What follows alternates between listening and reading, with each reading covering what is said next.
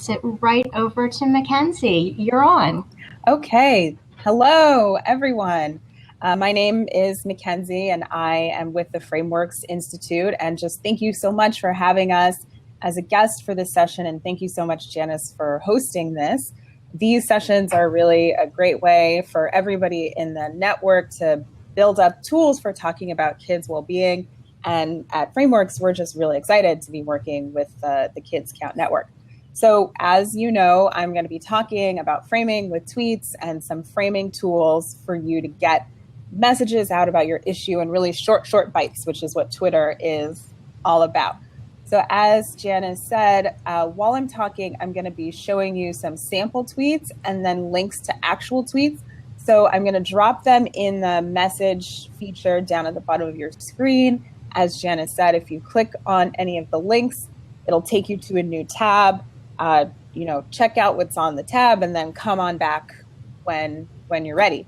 So before I start showing you some samples, I just want to tell you a little bit about Frameworks so that you understand where I'm coming from and why I'm saying the things that I'm saying about Twitter. So Frameworks is a strategic communications organization, and we've been around for about 17 years. So our goal is to give our partners tools to help them talk about social issues to the public in a way that's really easy to understand so that the public can talk about those issues and think a little bit more like experts. And so we need to frame things or change understanding because the public just doesn't think about kids' well-being in the same way that advocates do. So as a quick example, our research shows that the public thinks about resilience as the same thing as grit. And so that means that you're going to get through tough times using willpower that you're born with and this innate ability to pull yourself up by your bootstraps. And the public even extends that way of thinking to something like child abuse. But as experts, we know that kids aren't born with resilience. Instead, you build it up when you have positive experiences and healthy environments. And so a strategic framing approach would be knowing what the public's misconceptions are about something like resilience, and then finding a way to talk about what kids need that moves people away from bootstraps thinking and towards we need to help kids have positive environments and healthy childhoods to help them develop resilience. So that's what framing is in a nutshell. So a lot of the times when we're working with our partners, we're working with some longer piece of communication like a data book or a blog post or putting together an infographic. And all of those products are just examples of how we're using communications to help people understand what it is that kids need to thrive, the things that get in the way of kids thriving, and what we can do to help kids have better childhoods. And so when we're talking about tweeting, we're just talking about a really short form way to do that same process and tell that same story about what it is that kids need to do well. So a lot of organizations are using social media, we know this, to point people towards, different products that they put out, different events, or towards their work more broadly. And when you're using social media in that kind of a way, those tweets that you put out, you can think about them as little headlines that are pointing people towards your content. And yes, it drives people towards your content, but it also gives people a frame or a way to understand what it is that they're going to see when they click on that link. So that's why tweets are a great way to help people think a little bit differently about how these really important issues work. So to get you guys on the road to using tweets in this way, I've just got 3 quick questions that you can ask yourself about the way your organization uses Twitter and the way that you use your social media feeds in general. So I'll share those 3 ways with you, show you some examples, and then we can talk about questions for the rest of the time. So the first audit check you can do is ask yourself if your feed is focusing too much on individuals when you could be talking about bigger problems that you want to address. So it's important to help the public see the bigger picture so that they don't think about something like child abuse or maybe wrongful convictions in the criminal justice system as problems that only target specific people or it's somebody else's problem, when really this is something that affects all of us. So I'm going to share my first sample tweet now, and I'll paste it into the message feature in a moment. And it's about criminal justice reform. So let me copy this and paste it in so you all can see it. So some things to help you understand this tweet a little bit better. So this is a tweet that you could write if you were pointing somebody towards a link that's about wrongful convictions or something like that. So it's important to know that in our research, we find that people think about criminality as choices. And so people who are in the criminal justice system deserve to be there. So when the public thinks that way, it's really hard to get them to see that there's a system that could be changed in really pragmatic ways. And so that's what this tweet is trying to tell people about. So this idea that there are common sense solutions that you can do to end something like wrongful convictions are what you're trying to get across in a tweet like this. And then you could use that idea that there's something we can do to change this system to introduce people to an article that's about someone who was wrongfully convicted or about some other piece of content that's about criminal justice reform, instead of just tweeting out, I've got this tragic story about one person. You're saying there's something we can do about this whole system. Read more about it here. See what our work is doing here. So I'm going to show you another example of another sample tweet that is also talking about solutions and not just about one person. So this tweet down in your chat feature, so the world is changing fast. Next generation must be agile thinkers. New blog on teaching problem solving. So this, again, yeah, it's linking people to content, but it's not about one teacher. It's not about one classroom, one district. It's saying that here's something we can do about education as a whole. The second question that you can ask yourself about your feed overall is just check whether or not you're framing things as a crisis. And we've got, a crisis. So avoiding a crisis tone is really important, because when we talk about things as a crisis, yes, we do point to what's wrong, but it also can lead the public to thinking that, well, that problem is just too big for me to fix. This inequality is always going to be there. It's always been there. There's nothing I can do about it. And that way of thinking just isn't helpful for advocates. And that's something that we are fighting against all of the time. Plus, when you're using a crisis tone, you're actually missing a really great opportunity to push people towards the policies and the programs that are solutions and the things that we're trying to advocate about and get in place. So here's an example of a sample tweet that is using a crisis tone, so you can see what that looks like. So, sobering news report proves we have a child abuse crisis. So it says crisis right there. And something like this could get people thinking, well, yep, nothing we can do about that. And that's just not helpful. And it's confirming what the public already thinks is true, is that child abuse is inevitable. Now we know it's happening all over the place and there's nothing that experts can do about it. Whereas what we really want to do is help people see that if we have the right things in place, we can help kids have healthy childhoods and not suffer this type of abuse. So here's a way that tweet could be reframed to not use a crisis tone. I've pasted that in now. So child abuse is an urgent but fixable problem. Fixable is key. New reports show how with inventive policy solutions. And then you link people towards something that's talking about some way that child abuse can be prevented or can be addressed or something we can do about it. And we've just gotten rid of that crisis tone and showed people that there's something that can be done. So to give you an example of an actual tweet that shows crisis, I will paste this in the chat right now. So if you click on this link, it will take you to a tweet that celebrity chef Jamie Oliver tweeted out.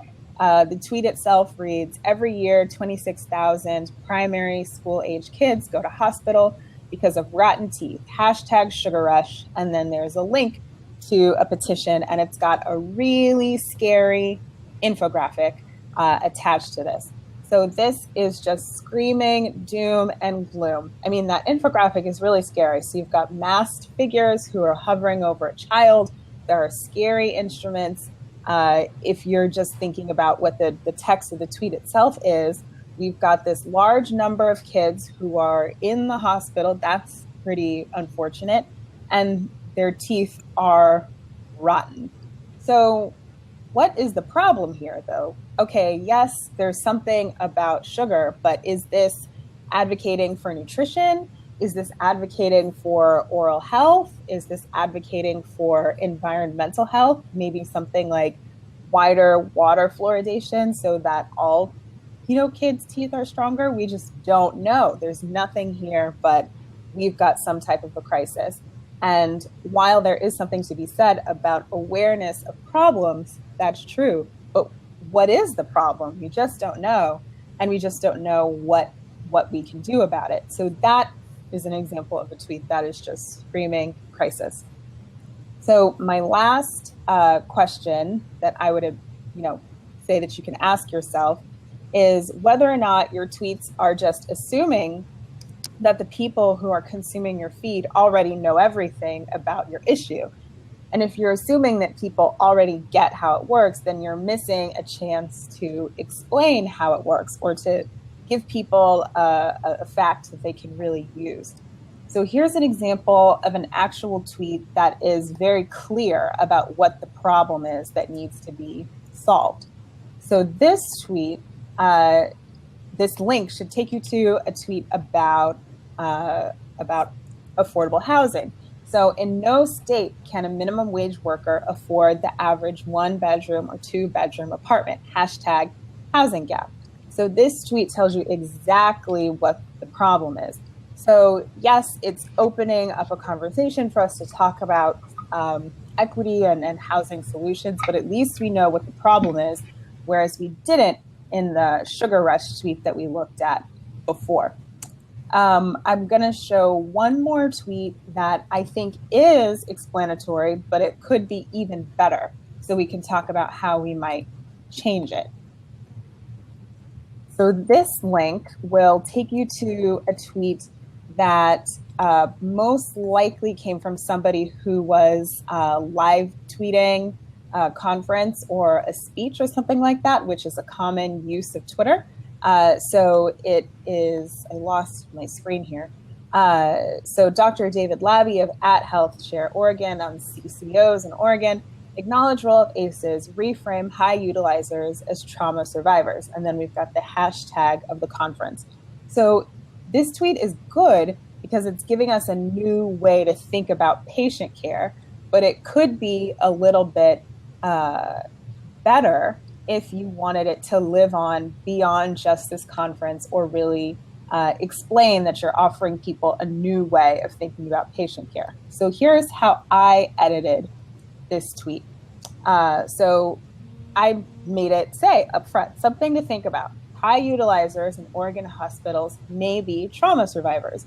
And then I've attributed it to the person who actually said it.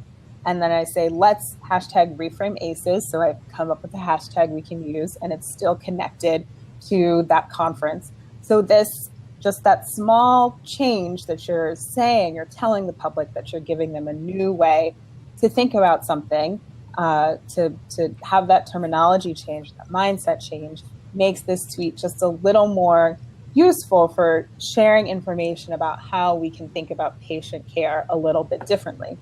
So those 3 questions that I provided, so think about systemic changes that you want to see, avoiding crisis, and explaining connections between things are just 3 quick, things you can keep in your back pocket or whatnot when you're thinking about how you're composing the content that you're putting out on Twitter and social media.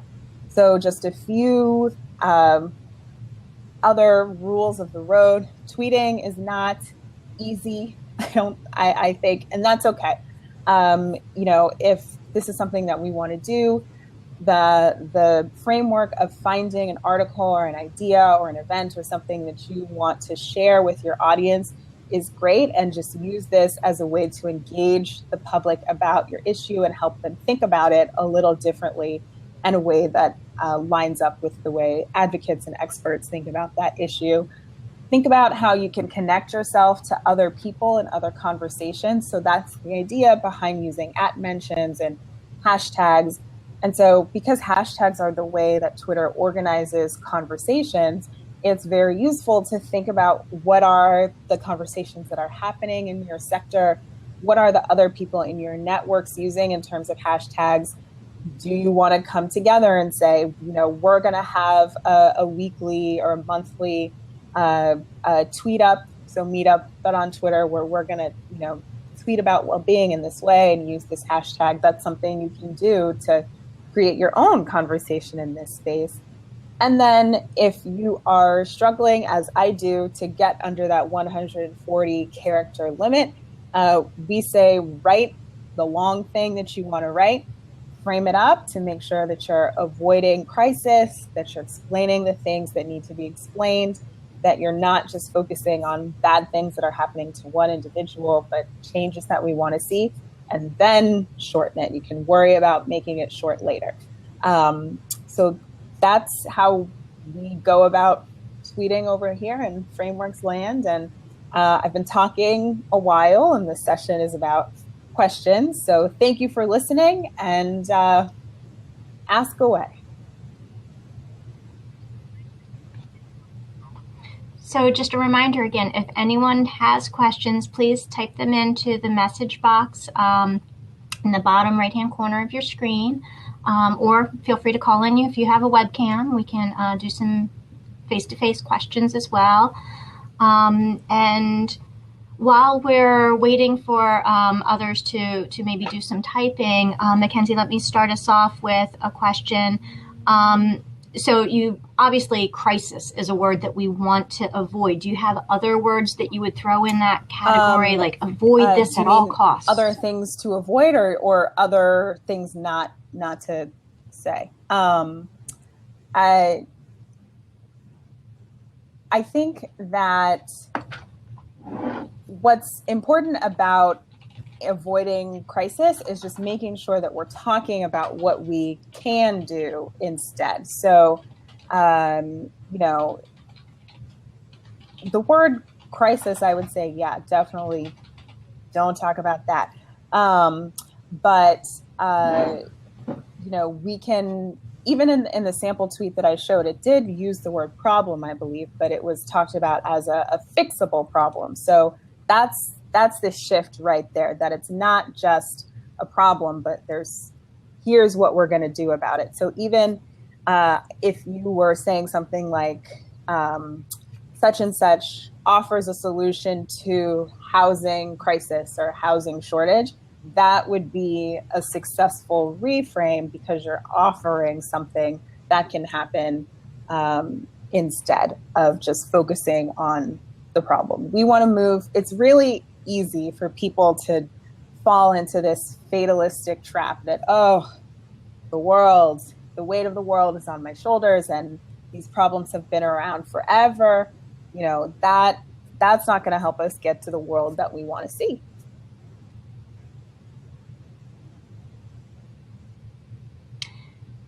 That's great. And actually, as you were talking, you kind of went into, maybe another question that I was thinking through, is there a list somewhere of maybe the go-to words that we should use? And I heard you say solution. So, being very solutions focused, and probably something about systems is my guess. But if there are other ones that come to mind. Things that help people think about affirmative cases. So solutions, talking about creativity, problem solving, being pragmatic, solutions that work for everyone is really important. So that gets into what we call systems thinking, but we really just mean that this is something that helps the community in the broadest sense. So pointing to the fact that whatever solution we're talking about helps the whole system, it helps the whole community, it helps the whole environment. It's about everyone. And even solutions that are might be targeted towards particular groups, the idea behind that still is that, you know, when children do well, communities do well. So yes, we're talking about kids, but it's about, you know, our whole community, our whole nation, our whole planet, really.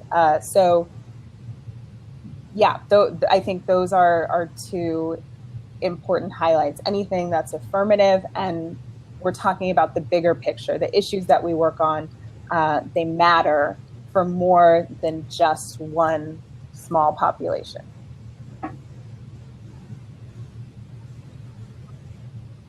I see some comments coming in from Children's Alliance. They've received advice on framing and find this very helpful. And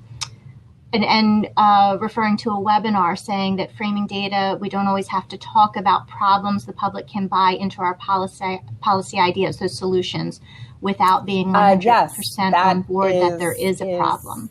Is definitely true. Part of being, so this really connects to the idea of being explanatory. So that's why it's important to do something like explaining what it is that kids need to do well and what might get in the way of kids doing well, because that connection might not even be completely clear to the public. And so if we want to, you know, explain why something like attending preschool helps kids have better outcomes in life, you need to connect the dots for the public about, well, what is it that kids get when they go to preschool?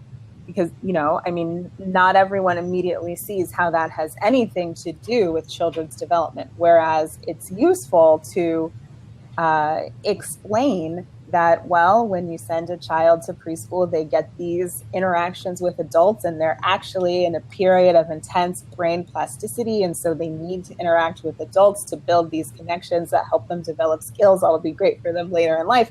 Of course, finding a shortened way to say that. But you can explain and advocate for why something like preschool is important by talking about what it does for development and how it helps kids have great childhoods, and not start by saying we've got a crisis and only X% of kids go to preschool. You want to explain, well, what's so great about preschool? Because as advocates, we know there are a lot of great things, and we want people, you know, to know about them also.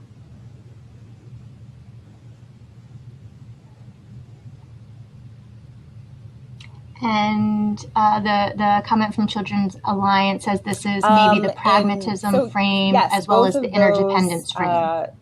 Those ideas are really intimately connected to what we've been talking about, which are, you know, widening the lens and seeing how something affects a bigger system, and also seeing that there is something to be done, and pragmatism gets at that idea.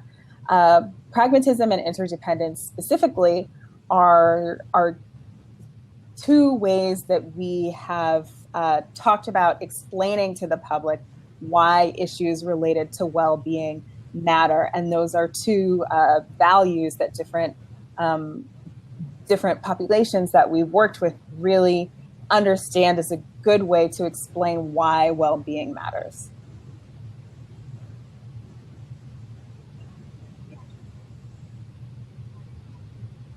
Great. Do we have any other questions from our folks on the call today on the blab? Please type them in. Or if you're having any problems, you can always send them to jls@udel.edu, and I can bring them out to Mackenzie.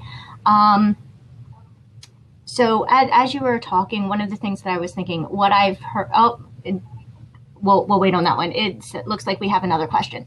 Do you think that we convey explanatory metaphors really minutely, as in preschool builds lifelong success? This is a way we need to be aware of the power of tweets to reinforce the public's frames. We've got the beginning and the end of the chain. So preschool and then lifelong success. But we need to fill in a little bit in the middle to strengthen that connection between preschool and success. So it might be something like preschool leads to early learning, leads to success. You could even say success later in life, or preschool leads to early skill development, leads to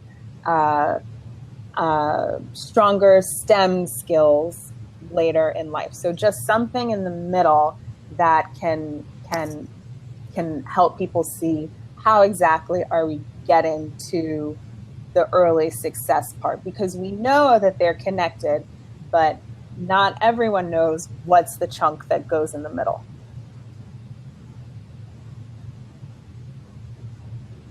No problem.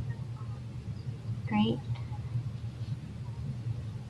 And so the question that I was thinking through, I'm not sure that it's a question so much as more a comment. As you were talking about this, it reminds me of what I've heard from frameworks before, that there's kind of a formula that we should be thinking about when we write things. We have to have the value up front, we have to talk about the data, and then we have to include a solution. And it seems to me you were saying, that's the full text that we need to write, and then make sure that it's framed up well before we shorten it. And one quick thing about the idea about the value being upfront.